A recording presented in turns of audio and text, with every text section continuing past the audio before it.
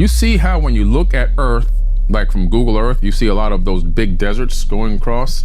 People say, oh, that's just natural geological formations over time. This has become an arid desert. No, that's war.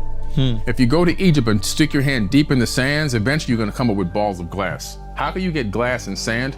3,000 plus degree temperatures. You go to Mohenjo-Daro in the Indus Valley, what are you gonna see there? Dead bodies still in the streets from thousands of years ago, still holding hands, never been scavenged. The buildings that they lived in turned to glass. How can that be? We're talking about 3,000 plus degree temperature weapons fire. An ancient war transpired, one that's so powerful the remains still to this day are visible on Earth's surface. These wars were started by Amun-Ra, the evil ruler of ancient Egypt. But why was he at war? Listen as Billy Carson explains what the ancient tablets say. We're talking about this war that happened in the ancient past. Amun-Ra wanted to continue he started the first war to take over the earth early because he didn't want to wait for his processional period to rule. And then this is the guy who says, you must say amen after everything. Say amen. Everything you give thanks for, you're saying amen to him. So when you say amen, you're thanking him, by the way. A brutal killing guy. But anyway, so he says, it's a fact. He started one war to take over early, which he won. He then started a second war to stay in power. And in that second war, he escaped. He was almost killed, but he left his kingship and the finances of the kingdom to the Ra-Kam, R-A-K-A-M. But that translates into modern words. Kam translates into childs. So now you translate Rothschilds, Rothschild. Oh shit! Yeah. So the Ra-Kam ends up being the Rothschild banking dynasty. Yeah, $700 trillion dynasty. Wow. Still running the planet until this day. They run all the banks, all the central banking systems. Oh, globally. Before Billy Carson dissects the banking system run by the Rothschilds, listen as he drops knowledge to acquire an abundance in life and how money is actually just a side effect of energy exchanged and how today's fiat money actually works. If you're passionate about something, you're going to do it to its highest level, and it's never going to feel like you worked a day in your life. So the trick to becoming successful is to find your passion and then lean in. And then find a need for that passion in the world. Once you find a need for the passion in the world, then you supply that passion to the person or company that needs it. Now that energy exchange puts money in your bank account. So you never chase the money. I never focus on how much money I can make. I was focused on following my passion and providing that passion to the world. Money is just a side effect of the energy exchange. That's the recipe. And then these central banks that the Rothschilds have created. Yeah. Is there any benefit to them? Like, is it nice to have a central bank? Like, if you were to make the argument for them, what would you say? Well, listen, anyone who can make trillions of dollars off of money that doesn't exist, pretty good. Good damn deal. Yeah. I just punch a couple of zeros and ones into a computer, and then all of a sudden it turns into trillions of dollars of money that backed by absolute nothing but consciousness attribution. If we had $1 billion in this room right now, and it was -30, and we had to sleep here overnight, knowing that we're going to get pulmonary edema from breathing in cold air, we'd burn it. Because now the value of the money is only heat to keep us alive for one more day. Money is just what we consciously attribute to it. So how have they convinced us to continuously attribute value to this thing? Goes back to the Sumerian tablets. You go back, you discover where the whole thing was implemented, where these Anunnaki gods put this monetary system in place thousands of years ago. Yeah. And they said, okay, if you, we're gonna have to really monetize this system that we're creating. So you have lambs, you have apple orchards. You bring 2 satchels of apples, that's a value of 1 lamb. Right. If when you get to him, he doesn't have a lamb, he's gonna give you an IOU. And we have millions of IOUs in cuneiform. Yeah. We discovered them. So I go to him, the first time I get my lamb, I go home. The second time I come back, it's now offering time. He only has enough to give me a half a lamb. I gotta give him 2 satchels of apples. I get a half a lamb and an IOU for another half. I come back a month later, man, there's a shortage on lambs now. This is fractional reserve banking that you're describing. I give you a leg and I give you a head. So this is really a function, my understanding is this is a function of like, the problem is really the weight of gold. Like at least when it entered like the true banking system in Europe. Like it's hard to just carry your gold around all the time. Right. So then if somebody has your gold, they can give you the IOUs for the gold. You can pay in those IOUs knowing full well there's gold in there. But if you start handing out more IOUs than there is gold, nobody's going to ask because we all believe the gold is there, but it's not really there. And that's kind of our banking system. Exactly. Fiat. Right now. I think banks only need to have like 10% or 20% of the actual funds in the bank itself. Correct. If we all went to the bank today and said, give me my money, the banking system would collapse because everyone would not get their money. It'd be impossible. You may be asking yourself, where's the proof of this ancient war?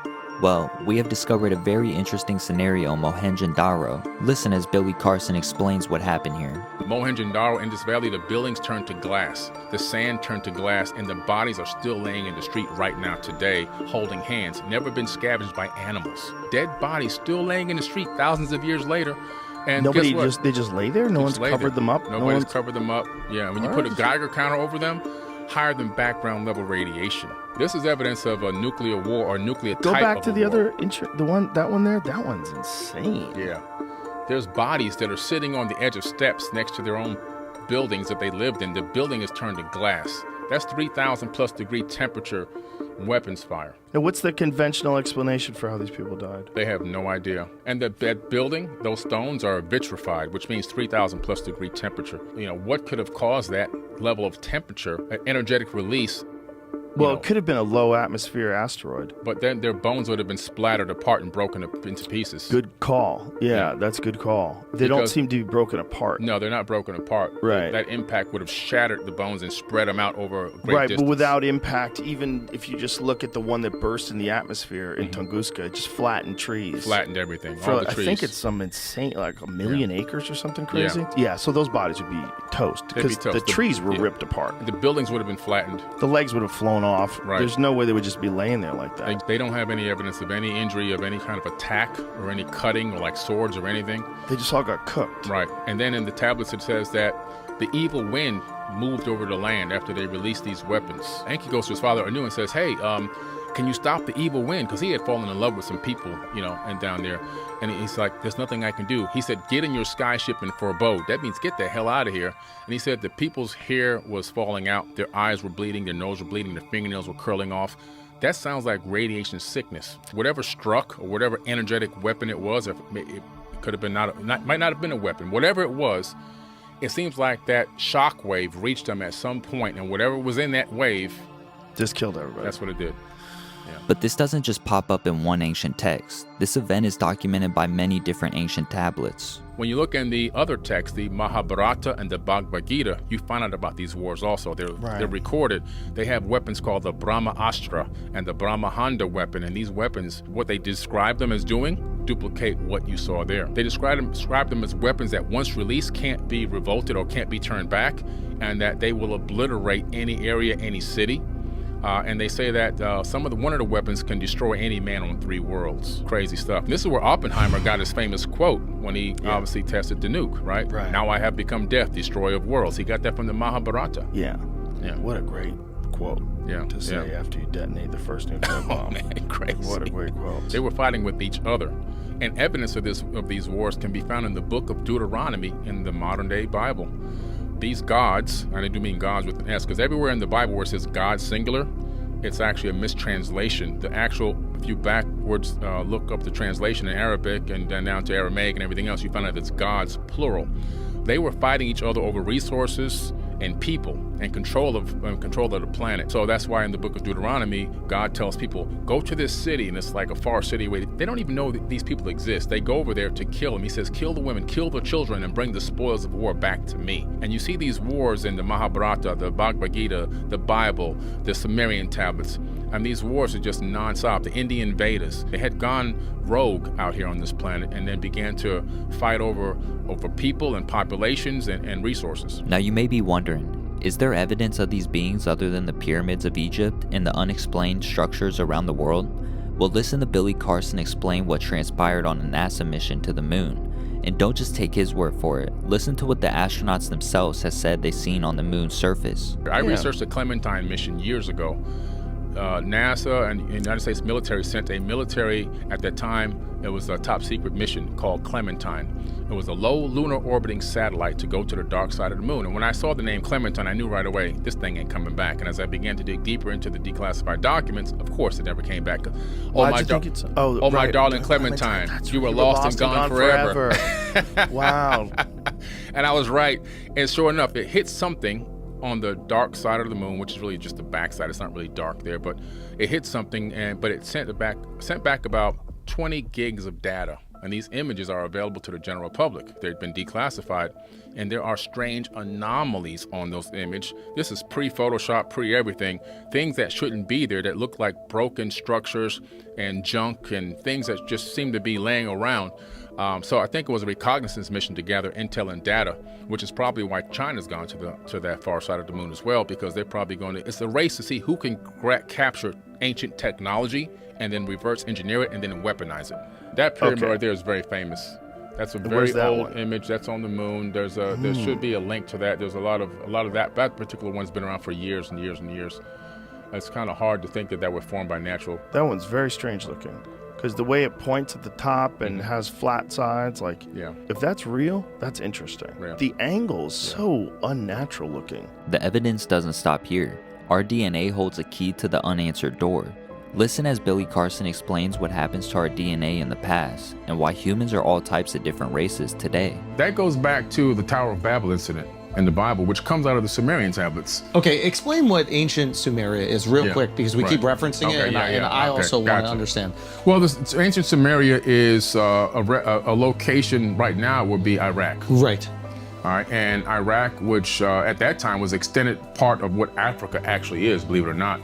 But it was a multicultural location. Got it. The people there were advanced beyond belief. They had achieved a high level of advanced construction, waterways, irrigation, mathematics. Is this Tigris and Euphrates? Between the Tigris and the Euphrates, where the Garden of Eden is located. Okay, so the Atlanteans are ruling it? Or? They built a base there, and Enlil is the one who built the base. Yahweh from the biblical text, he built the base there. And he said, I'm going to create a design for cities that will last for all time on this planet. And is this the first city that is erected? One of the most advanced cities. It's got street grids. It has a town center. It has plumbing. All of that exists at this time. And this is how long ago? This is about roughly 8,000 years ago, according to mainstream. But if you go to the real, understand that these tablets are copied tablets from even more ancient tablets. We could be talking 40, 50, 100, 200,000 years ago. Whoa. Even deeper than that. Some geologists have gone to look at the weather patterns of the destruction of some of these areas and realize that we're talking maybe even almost 2 ice ages ago. So this is really old stuff. These people were extremely intelligent, but they were influenced by these Anunnaki Atlantean people, who gave them the knowledge and taught them how to build and taught them how to do all of this. At the Tower of Babel, Yahweh, who is known as Enlil, he helps them to erect this. Well, he builds his own tower first, called the Duran Key, which means bond heaven earth. The humans, when he leaves to go somewhere, the humans build a similar structure. When he comes back, I guess it's probably months or years later, he sees that this thing is being built by humans, mimicking what their advanced culture had built. And he says, oh man, whatever their hearts desire, they will achieve it. Which that made it into the Bible. And so he destroys the tower, just like it says in the Bible. And then he says, my seed shall not abide in man forever. His years shall be 120. That also made it into the biblical text. So you see where it's getting copied from. Older ancient texts. The Bible was written from 100 AD to 900 AD. This text is thousands of years prior. He then decides to confuse the languages and move people around to different regions of the planet so that we couldn't collaborate. Because if we can't collaborate, we can do all the things that they can do. Exactly. And we can challenge their power. Exactly.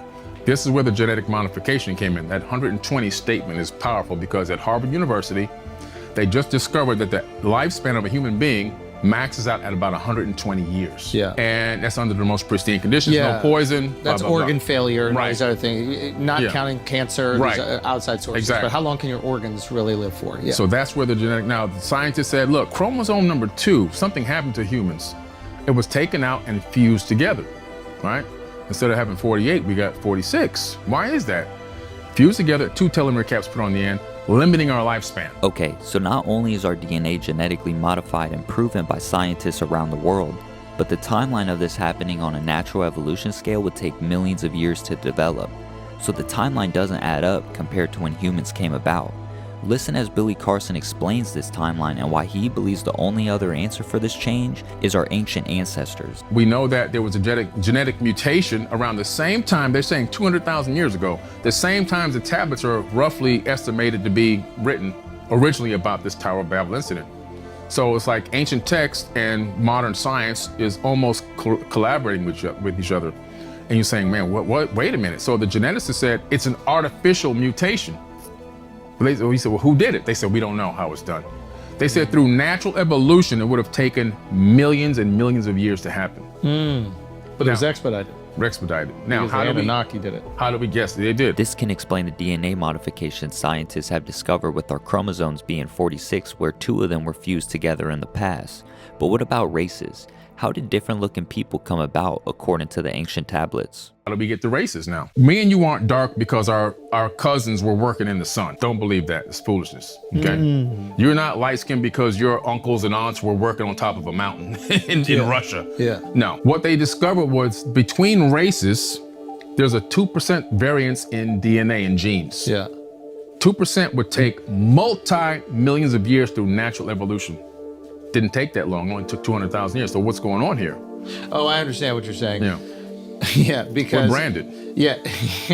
Well, that's kind of interesting, because if humans didn't leave the African continent until how many 100,000 of years ago? You're saying that we left prior to the amount of time necessary in order for us to naturally evolve to have these different colors. Correct. When you look at the Anunnaki and you discover that they were multiracial people, they all look different. The crew that Thoth took to Chem with him, they were all different looking people.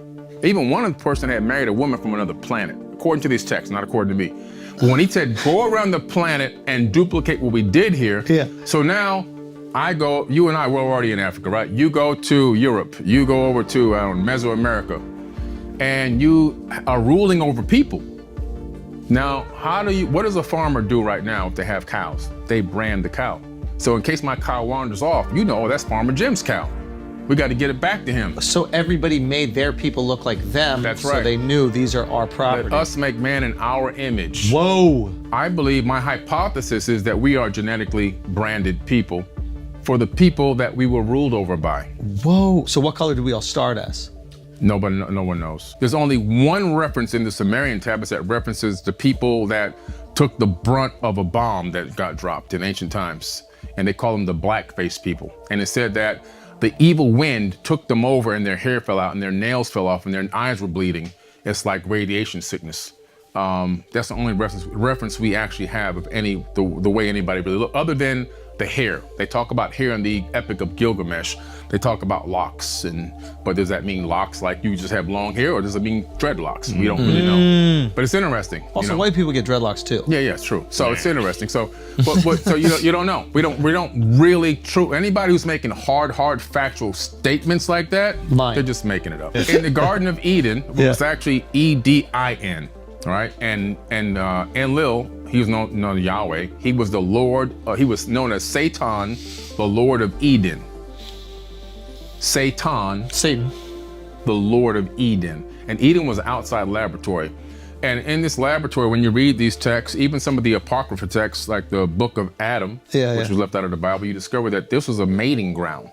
So they would start. So what happened first was they began with genetically modified people that were almost like clones. And the information on the cloning technique is at the Temple of Karnak in Africa, in Egypt, where I take people. And also there's more evidence or talk about it at the Temple of Dendera. And there's one more temple that has the birthing center. I think it's the Temple of Isis. And so they were making these people, but they couldn't make them fast enough. And these people couldn't have sex and reproduce on their own. Isis says, okay, I have an idea. I'm gonna take the egg out of one of the beings and put it in my womb and take it to term. So it says in the text that they literally mixed their genetics with this egg, put it in her womb. So that's now making what we call a zygote in modern technology terms, right? In vitro fertilization, puts it in her womb, takes it to term for 10 months, and then gives birth to the Adamu, which means first man. And there's a cylinder scroll in the British Museum where she's holding up the baby, says, my hands have made it. The first man, Adamu. So that's where we get the first genetically perfected Homo sapien. So before that, they were Homo something, but they weren't like us. They couldn't reproduce. Like if you take a tiger and a lion and mate them, it'll have a ligand, but the ligand can't reproduce. Right. So that's the situation. That's what we had going on. So we have the cloning center. The clones couldn't reproduce enough. A lot of work was going into making these people. They came up with Adam. This starts The generations of ISIS, the generations of ISIS, the Genesis. Ooh, and Genesis is obviously the first book of the Old Testament. Yeah. So that's Adam. Yes, Adam. Adam was then put into this Eden to mate with these other, they had mating times and schedules. You couldn't do it. You couldn't get back what you were talking about. You couldn't mate with somebody unless you were given a scheduled time to mate or you get in trouble and punished. But no babies coming. So they said, damn it. So let's go ahead and take some of his DNA, clone that, make a woman. So they made Eve. Then she got pregnant. Okay, this works. They were not the first humans on this planet. They were probably 1 million in at that point, okay? So people who think that 8 billion people that we have now on Earth came from 2 people have never studied genetics. Now, how do we know this is a fact? Listen as Billy Carson explains why this is scientifically impossible. Because if I start mating with my sister and so forth and so on, by the second generation, third generation, we're gonna have a whole bunch of people with disabilities and one eye and arms broken and small legs and all kinds of stuff. You can't make 8 billion people, not enough genetic diversity. Right. So that's why they had the specific mating times and the people that you could mate with to make sure that they were not creating a small genetic pool. Once they figured that worked, they said, okay, let's isolate them in a certain part of the garden and begin to do this experiment with them. Adam had Cain and Abel. Yahweh came back to check on his offerings one day. And one was bringing him the harvest, one was bringing him the lamb. And one got jealous because he kept taking the harvest. And he's like, you know what, I'm pissed off, I'm gonna kill my brother, right? So Cain kills Abel. And God comes back like he doesn't know this. He's supposed to be all-knowing and omnipotent, but he doesn't know that this happened. He's shocked that this happens.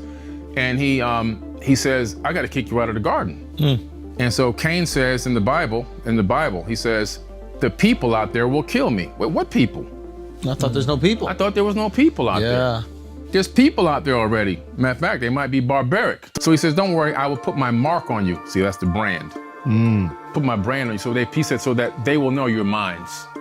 So he put a brand on and let people know, hey, no, that's Enlil's guy. Don't mess with him. Exactly. That started the whole Canaanites. That's where the Canaanites came out and built the whole thing and eventually migrated over to Mesoamerica. And it's a big story, man. It's a really, really big story. But you can see where there's so much misinformation and So Jesus, good guy or bad guy? I believe it was a good guy. I think some of his words were twisted in the New Testament. Yeah. He never said, I don't believe he would say anything about slavery. If you really look at the words of Jesus, what he's teaching, it comes from Thoth the Atlantean. So either he is Thoth the Atlantean, or he was taught by Thoth the Atlantean, or he studied in the mystery schools to get that same knowledge. Because I line up the verses in my book, Compendium of the Emerald Tablets, I line up the words side by side so you can see what Jesus is saying was already said thousands of years prior. Right. He's teaching the ancient mysteries and he's trying to get mankind to enlighten himself through consciousness. But though the Atlantean was doing it to subjugate the human species. He was helping. He went around the planet helping everyone. So Thoth is after whoever created us and was subjugating us. Yeah, he's a son of Ea Enki, so he's a son of one of these rulers. But he broke free from this tradition of enslaving humanity? He just wanted to help. He would go and he would teach, him and his father would go and teach humans. His father would send him on secret missions to raise vibration, raise energy. Why did they want to help out? What was that about? Well, Enki liked human women. Oh, really? So did Thoth. So it was that, it's that Thoth married Maat. Really? And he built the Pyramid of the Moon at Teotihuacan as a dedication to her.